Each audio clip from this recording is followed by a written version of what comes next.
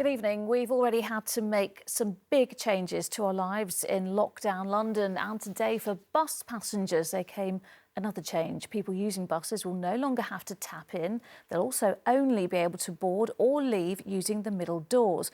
The measures are aimed at giving transport workers better protection from coronavirus. It's as the names of 2 more London bus drivers were added to the growing number of those who've already lost their lives after testing positive with COVID-19. Well, correspondent Simon Harris reports on the changes to how we travel and how effective they'll be. 4 weeks after London went into lockdown, bus passengers were confronted with a new rule: use the middle door only. And it clearly left some struggling to get on or off and at the same time obey social distancing. We showed these pictures from a bus stop at Waterloo to an expert in the spread of disease. I thought people were making a good effort to stay socially distant, but obviously it's very difficult because your usual behaviour takes over and you start to jostle onto the bus. Drivers at bus garages in Camberwell and Putney got letters today telling them coronavirus had claimed 2 more lives. Errol Gordon and Edward John were the 22nd and 23rd London bus workers to die. The ban on passengers boarding through the front door is all about protecting drivers. The buses in London are still carrying around 1 million passengers every day, and from now on, most won't pay a fare. That's because the card reader next to the driver is out of bounds, a message reinforced by signs and hazard tape. At Elephant and Castle, passengers we spoke to were all signed up to the new way of doing things. When you get in the bus, you let people in front of you to get in first, then you follow and keep your social distance. I think it's a good idea. It's more effective than boarding from the front because it protects the driver. I'm wasting my ticket because I've paid for yearly. I've got a yearly ticket. The Bus Drivers' Union, which called for the front door to be sealed shut, is now demanding further measures from Transport for London. Transport for London now need to make sure that there's not overcrowding and overloading. We need to look at a limit on numbers. TfL said later this week announcements on buses would remind passengers of the 2-metre rule. 4 weeks of lockdown has led to many changes in the way Londoners live their lives. This Uber driver has fashioned his own antivirus screen from a roll of cellophane and duct tape. Simon is with me now and we'll be taking you through the latest numbers of those who have sadly lost their lives in London hospitals after testing positive for COVID-19. There have been a further 81 deaths announced today by NHS England. That brings the total number of those who have died in the capital to nearly 4,000. Simon, it's still tragically high, but the number of people dying in London today lower than it has been. What does that trend suggest? Well, if you look at the statistics for the number of people who've died of COVID-19 in London hospitals over the last fortnight, the figures have consistently been in 3 figures. There appeared to be a spike on April the 9th when 249 people died in the space of 24 hours. But in the last 2 days, we've seen those figures drop to double figures, to 82 fatalities announced yesterday, 81 fatalities announced today. And then if you look at the government's graph for how many people are in hospital with COVID-19, you can see that that too is dropping. This is what the Deputy Chief Medical Officer had to say a short time ago in Downing Street. Here in London, this is now the 7th day in the row that those numbers have fallen. So that means that the balance between people who are going into hospital because they've fallen ill and people who are going home because they're well again now is in the opposite direction, so that there are fewer people each day in hospital with COVID. Let me stress, no one in government is saying the epidemic in London has peaked. No one is saying we are past the worst, and ministers and health chiefs still fear a second peak. But these are encouraging signs and seem to suggest that at the very least, the lockdown is doing what it's supposed to do to try to slow the spread of the virus. All right, Simon, thank you. Good evening. London has today passed another grim milestone in this outbreak. More than 4,000 people who've tested positive for coronavirus in the capital have now died. And that's only those who've died in hospital. As the figures increase and lockdown continues, there is still no official guidance on whether we should all be wearing masks when we go out. The Mayor, Sadiq Khan, thinks they should.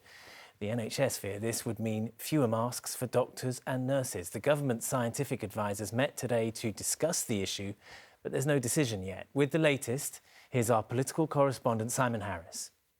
Tube travel isn't supposed to be like this, but once again today, North Acton was a pinch point for commuters. Passengers changing trains found themselves inches from each other, struggling to obey social distancing rules. Some were wearing masks, but what if everyone is told to cover up? The organisation, which speaks for NHS hospitals, fears shortages could put health workers at risk. Those surgical fluid repellent masks are absolutely crucial. So what we're nervous about is if the government announces that everybody should wear a mask, we're really worried that the public will start using up that supply of surgical masks as opposed to using cloth masks. Many Londoners have already decided to adopt face masks as an additional barrier against coronavirus. Different types offer different protection. The standard surgical mask used in hospitals and dental clinics is the most common.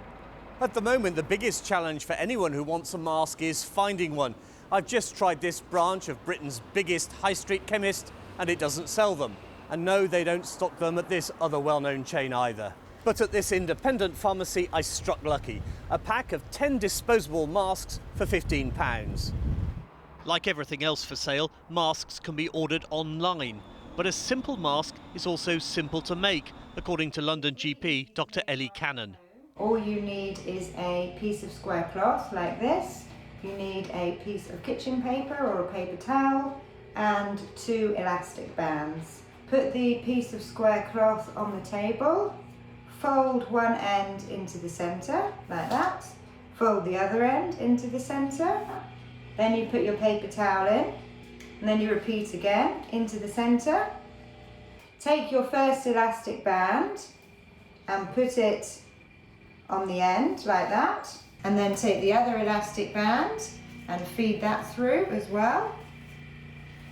And then you fold into the middle, fold again into the middle, and there is your mask.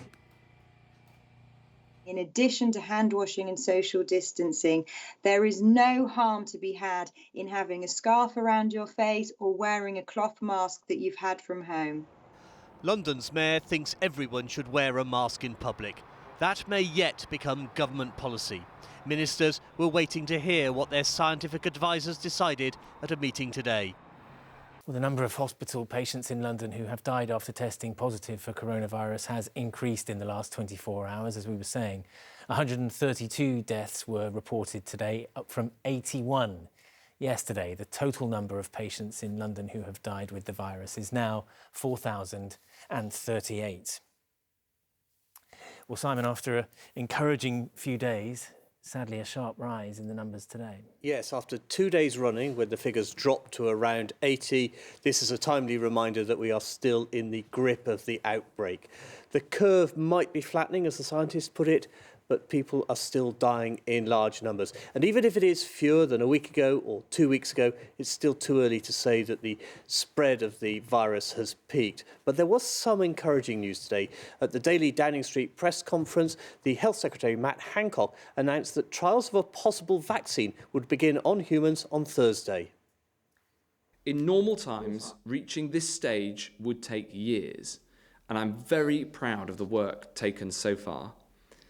At the same time, we'll invest in manufacturing capability so that if either of these vaccines safely works, then we can make it available for the British people as soon as humanly possible. Also news today, Geraint, of the progress of the Prime Minister's convalescence. Boris Johnson, who's at Chequers, spoke on the phone to President Trump in America. He thanked him for his good wishes, but they also discussed the global response to the pandemic and apparently the plans for the UK-US trade deal. So it sounds very much like that was a working phone call. So perhaps we can expect to see the Prime Minister back in harness pretty soon. OK, Simon, many thanks. Good evening. The flags at London Ambulance Service headquarters flew at half-mast today to remember a paramedic who died after testing positive for coronavirus. Ian Reynolds was based at New Addington Ambulance Station. He is one of more than 70 healthcare workers who have died with COVID-19. Well, across the capital, the number of those who've lost their lives has risen again. Our political correspondent Simon Harris is here. Simon, talk us through the numbers from today. Lucrezia, we had a couple of days this week when there were encouraging signs. The number of people who died in London hospitals in the space of 24 hours dropped to around 80, but in the last 2 days it's started to go up again. The latest figure today shows 173 patients in the space of 24 hours died. That's up again on yesterday's figure of 132. And that means 4,211 people with COVID-19 have died in hospital deaths. So no talk from the government of any relaxation of the lockdown rules. We are making progress through the peak of this virus, but we're not out of the woods yet, as SAGE advised last week. And that's why the measures we introduced must remain in place for the time being.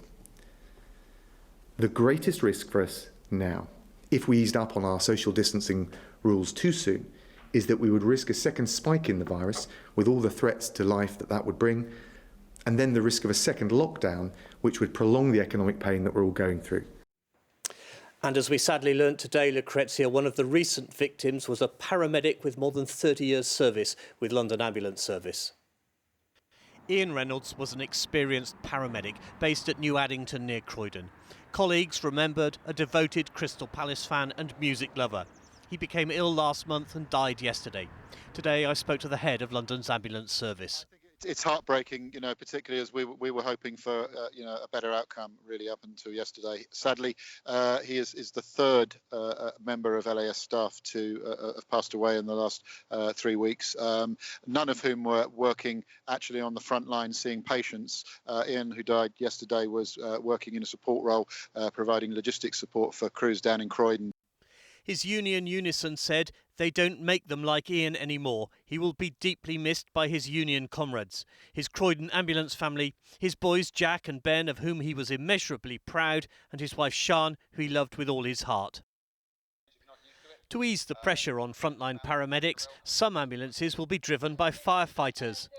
You can see behind me some ambulances and just showing them how to do it. This training session at Wembley Stadium was watched on a video link by the Mayor. They go through the controls of the vehicle and then they'll take the vehicles out and they do an hour's drive.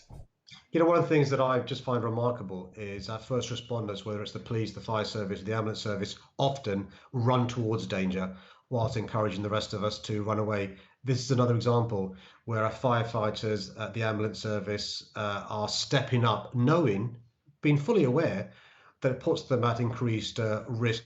We, like I think any other big organisation, are now having to learn to live with the tragic circumstances of losing often long-standing and much loved and respected colleagues, whilst still having to deal in a very direct way with the challenges of responding to the virus and the epidemic. But it is really very sad indeed.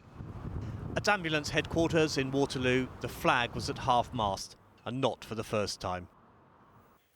I'm very sad. And alarm bells ringing at TfL too about funding. Yes, the Mayor says Transport for London is just days away from needing to raid its reserve fund. Essentially, it's going to run out of cash at the end of the month. Now, there is £1.2 billion in that rainy day fund. That's enough to keep public transport running for 2 months. But what happens after then? Do the tubes and the buses grind to a halt? Do the lights go out? Well, TfL says its officials are in constructive talks with the government, presumably about a bailout. But in the meantime, I think there's likely to be an awful lot of TfL's 28,000 workforce being put on furlough. All right, Simon, thank you. Some construction sites are reopening, but what about huge construction projects like HS2? Ministers have given the go-ahead for work to start, but those who are due to be evicted from their homes still don't know when that will happen and therefore when they have to move out because of coronavirus restrictions. The protesters say they now won't have the numbers to block bulldozers, as our political correspondent Simon Harris reports. The tree houses have been abandoned. In the tents, there's no one at home. This is the deserted protest camp set up by campaigners hoping to stop HS2 in its tracks. The small community of eco-warriors at Harefield in West London seems to have vanished. A few months ago, these woods were set to become a flashpoint between anti-HS2 protesters and contractors. But coronavirus and lockdown has changed everything here. When we visited the camp in February, the environmentalists were hoping to take on the chainsaw gangs to try to save the trees. Today, a handful of the most determined have moved to a temporary home in an old car workshop. Ministers have ordered construction work on the £106 billion railway to start, and the campaigners fear what will happen now. They can march in with like 100 men and just bulldoze past us.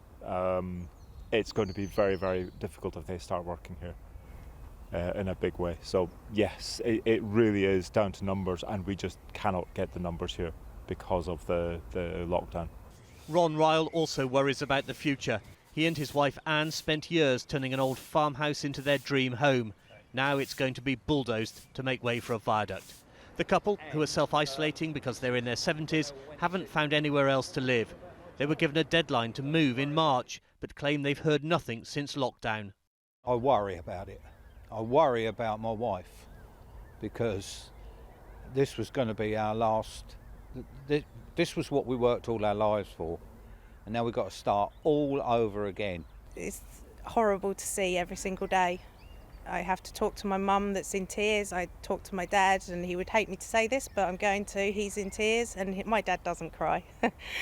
I mean, I'm 40 years old, and I've probably known him cry more in the last few weeks than any other time. Do you still worry they might suddenly turn up to evict you? Yes. You don't think you're protected because we're in No. lockdown? No. I need reassurance. The protesters might be staying at home, but some token resistance is evident. The temporary fences around the site appear to have toppled over.